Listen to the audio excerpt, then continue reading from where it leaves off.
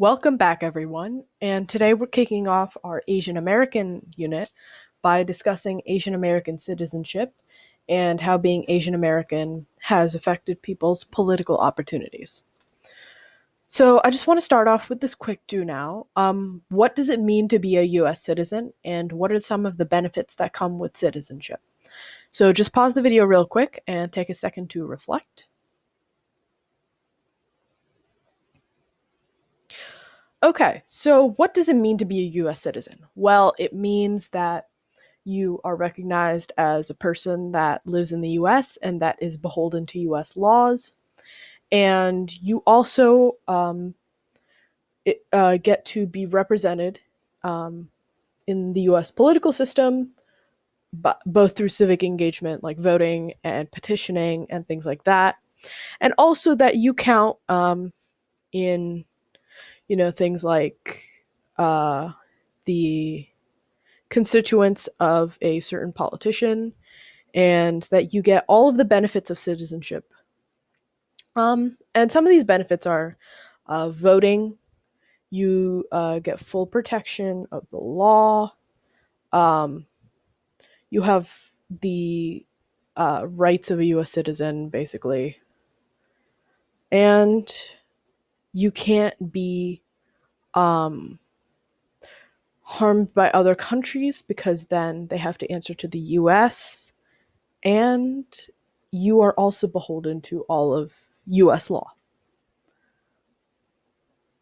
So, U.S. citizenship and naturalization. So, naturalization is a process in which a quote unquote foreign alien becomes a U.S. citizen. The process is long and there are many variations depending on the person and their exact circumstances, but the most common way to get it is through a green card. And you can see a image of a green card on the right here. So, a green card certifies that a person is lawfully a permanent resident of the United States.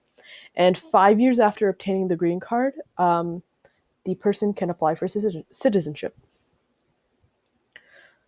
So, throughout history, there have been many court cases and laws that have prevented Asian Americans from either becoming citizens or being able to get the full benefits of citizenship. So, one of the first court cases that addressed this was called INRI Ayup, and it was a court case heard by the Ninth Circuit Court in California on April 29th, 1878. Ayup, a Chinese immigrant, petitioned the court for the right to naturalize. And at the time, naturalization laws stated that only free white persons and aliens of African nativity and person of African descent could naturalize. So since Ayup was not white or black, he was not allowed to be a citizen. The judge at the time, Judge Sawyer, ruled that a quote unquote Mongolian is not a white person. And by Mongolian, he meant Ayup, even though Ayup was Chinese. And the court essentially ruled that all Chinese people were ineligible for U.S. citizenship. Next, we have Ozawa v. United States in 1922. This was a court case in which Takao Ozawa, a Japanese national, petitioned for U.S. citizenship, and that's him there on the right. He was a graduate of a U.S. college, and he lived and worked in Hawaii. He was qualified for naturalization, but was denied on the basis of his race. So the basis of Ozawa's case was that he looked white, even though he was Japanese, and since he was white passing, he was quote-unquote white and should be allowed to be a citizen. And the court ruled that Japanese people were ineligible for citizenship even though they might look white. So all white passing people were ineligible if they were not actually quote unquote white. In a direct contradiction to that, the next year, in Thind v. United States, the court ruled essentially the opposite. So Bhagat Singh Thind was an Indian from Punjab, and he was a U.S. World War I veteran, and he petitioned the court for U.S. citizenship. That's him there on the right.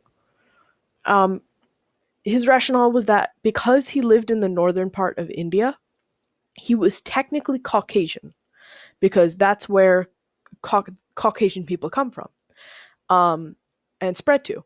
And since he was technically Caucasian, he met the citizenship requirement of being white slash Caucasian. The court ruled that although he was technically Caucasian, he was not Caucasian as the word is popularly understood. So he didn't have white skin. He wasn't white. So the court ruled that he couldn't become a citizen, which barred Indians from U.S. citizenship. So in Ozawa, they ruled that even though he was white, he couldn't be a citizen because he was Japanese. His ethnicity was Japanese.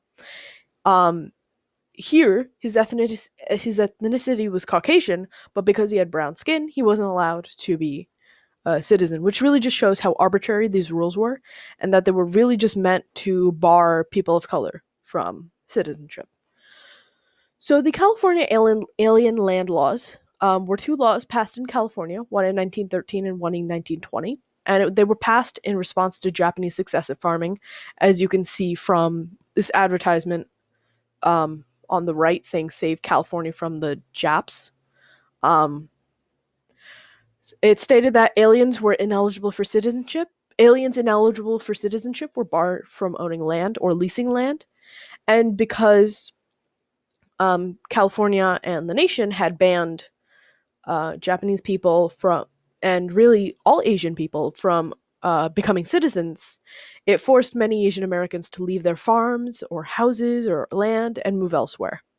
Um, and it became formal U.S. policy during World War II and the Japanese internment that occurred then. So finally, we have the Cable Act. The 1922 Cable Act restored citizenship to women who lost citizenship when they married non citizen men under the 1907 Expatriation Act, but it didn't restore citizenship to women who married aliens ineligible for citizenship. So this meant Asian men, and it dissuaded women who were U.S. citizens from marrying them. So, for example, um, under the 1907 Expatriation Act, if a woman married a white immigrant man, she would lose her citizenship. But in under the 1922 Act, if the man, she would regain her citizenship because the man she married was eligible for citizenship because he's white. But because Asian people weren't eligible for citizenship, um, any women they married that were citizens would lose their citizenship permanently. So it dissuaded women from marrying Asian men, and it dissuaded Asian men from immigrating to the US.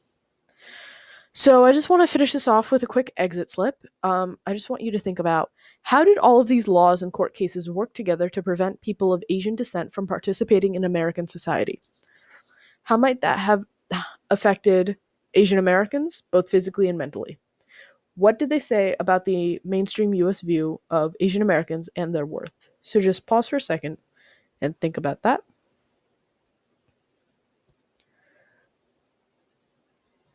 Okay, so I mean, pretty obviously, all of these laws and court cases work together to prevent Asian Americans from being able to become naturalized citizens, which prevented them from being a part of the political process, prevented them from running for office, all of these different things. And by preventing them from being part of the political process, it prevented them from being able to fight for issues that were affecting them as a population, which allowed American society to further marginalize them.